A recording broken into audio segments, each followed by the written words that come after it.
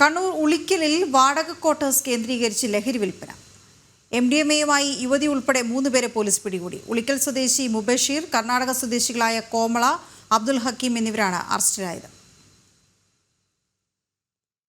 ഇന്നലെ വൈകിട്ട് ഉളിക്കലിലെ ക്വാർട്ടേഴ്സിലെത്തിയ പോലീസ് സംഘം വാതിലിൽ മുട്ടിയെങ്കിലും പ്രതികൾ വാതിൽ തുറക്കാൻ കൂട്ടാക്കിയില്ല.